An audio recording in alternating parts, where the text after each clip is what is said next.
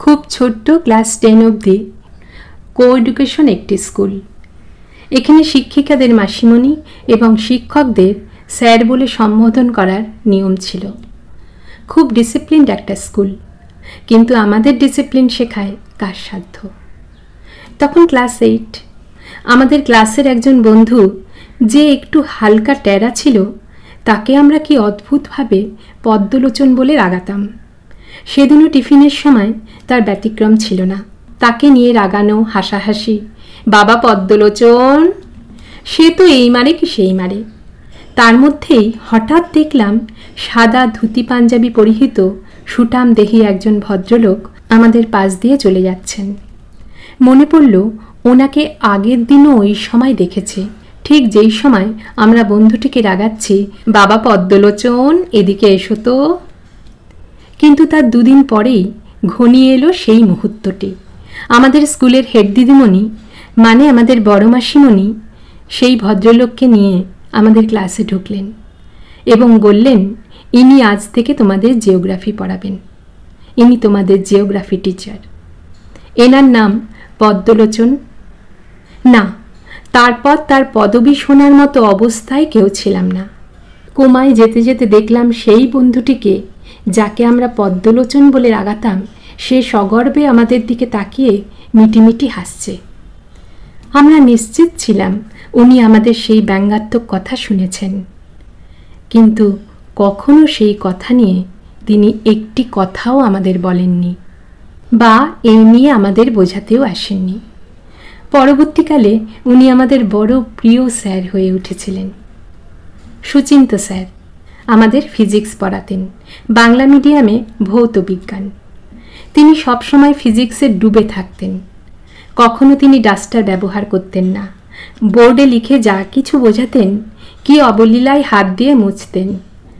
তার চকমাখানো সাদা হাত দেখে আমরা কি হাসাহাসিটাই না করতাম। ওনার ওইসব কাণ্ড দেখে আমরা ওনার নাম দিয়েছিলাম চিন্তিত স্যার। সুচিন্ত স্যার থেকে চিন্তিত স্যার। স্যার ক্লাসে ঢোকার আগে আমরা বলাবলি করতাম, এবার চিন্তিত স্যার আসবেন, চলো আমরা সবাই চিন্তা করতে বসি। আমরা নিশ্চিত ছিলাম উনি অনেক দিন এই কথা শুনে ফেলেছেন, কিন্তু কখনো কিছু বুঝতে দেননি। অবশেষে ঘনিয়ে এলো সেই দিনটি। অভ্যাস মতোই আমরা একই কথা বলছি, এবার চিন্তিত স্যারের ক্লাস, চলো আমরা। কিন্তু সুচিন্ত স্যারের বদলে ঢুকলেন বড় মাসিমণি। সুচিন্ত স্যার সেদিন অনুপস্থিত। আর যাই কোথায়, আমাদের প্রত্যেকের হাত এগিয়ে দিতে হয়েছিল বড় মাসিমণির দিকে, আর সেই হাতে সহ্য করতে হয়েছিল কাঠের স্কেলের বর্ষণ।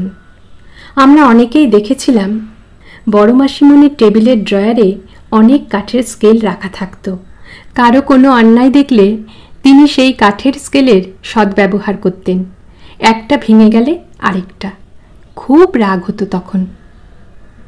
কিন্তু আবার যখন আমরা সবাই 10 পাশ করে চলে যাব, সেই দিন আমরা দেখেছিলাম চশমা সরিয়ে বারবার রুমাল দিয়ে ওনাকে নিজের চোখ মুছতে।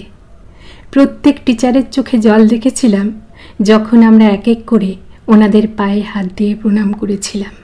দুষ্টু ছেলে মেয়েদের কি টিচাররা একটু বেশিই ভালোবাসেন কি জানি। আরেকটি দিনের কথা, যেটি আমি কোনো দিন ভুলব না। একদিন টিফিনের সময় এর থেকে তার থেকে অধিকারে টিফিন চেয়ে খাচ্ছিলাম। সেই সময় স্কুলের একজন স্টাফ এসে আমাকে বলল, বড় মাসিমণি তোমাকে ডাকছেন। শুনেই তো আমার বুক ঢিপ ঢিপ, কি জানি আবার কি করে ফেলেছি। মাথা নিচু করে বড় মাসিমণির রুমে ঢুকে কাঠের স্কেলের আশীর্বাদ পাবো বলে হাত বাড়াতে যাচ্ছি, দেখলাম উনি ড্রয়ার থেকে স্কেল বার করলেন না, নিজের টিফিন বক্স আমার হাতে তুলে দিলেন, আর খুব গম্ভীর গলায় বললেন, যা ওই চেয়ারটায় বসে তাড়াতাড়ি টিফিনটা খেয়ে নে। স্কুলে ঢোকার সময় তো দেখলাম নিজের টিফিনটা ওই রাস্তার ভিখারিটাকে দিয়ে দিলি। সত্যিই তো, আজ স্কুলে ঢোকার আগে দেখেছিলাম একটি শতছিন্ন কাপড় পরা মহিলা ছোট একটা বাচ্চা কোলে নিয়ে কি কাতর স্বরে বসে বসে ভিক্ষা চাইছিল। পয়সা তো ছিল না, তাই টিফিনটা বার করে ওর ওই দুমড়ে যাওয়া বাটিটাতে ঢেলে দিয়েছিলাম। আমি তো খেয়াল করিনি বড় মাসিমণির গাড়ি আমার পাশ দিয়ে চলে গেছে, কিন্তু উনি খেয়াল করেছেন। যে হাত দিয়ে তিনি মারতে মারতে স্কেলের পর স্কেল ভেঙেছেন, সেই হাত দিয়ে উনি ওনার টিফিন তুলে দিচ্ছেন আমার হাতে। কিন্তু তার ওই মাতৃত্ব দেখে কই, সেদিন তো আমার চোখে জল আসেনি। গোগ্রাসে টিফিন শেষ করে মাথা নিচু করে যখন ফিরে আসছি, তিনি আরও গম্ভীর গলায় ডেকে বললেন, এই শোন, বড় হয়েও এরকমই থাকিস। আজ বড় হয়ে গেছি মাসিমণি। আজ যতটুকু ভালো শিখেছি, যা কিছু ভালো হয়েছে, সব আপনাদের জন্য। আপনাদের শিক্ষা, আপনাদের মার বকা ঝকা, ভালোবাসা, প্রশ্রয়, আপনাদের এই সব অবদান আমাদের শিখিয়েছে।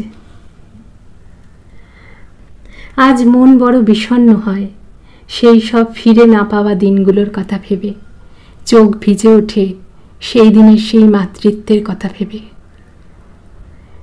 আজ শিক্ষক দিবসে সব শিক্ষক শিক্ষিকাদের জানাই আমার বিনম্র শ্রদ্ধা, আমার প্রণাম। আপনারা সবাই ভালো থাকবেন।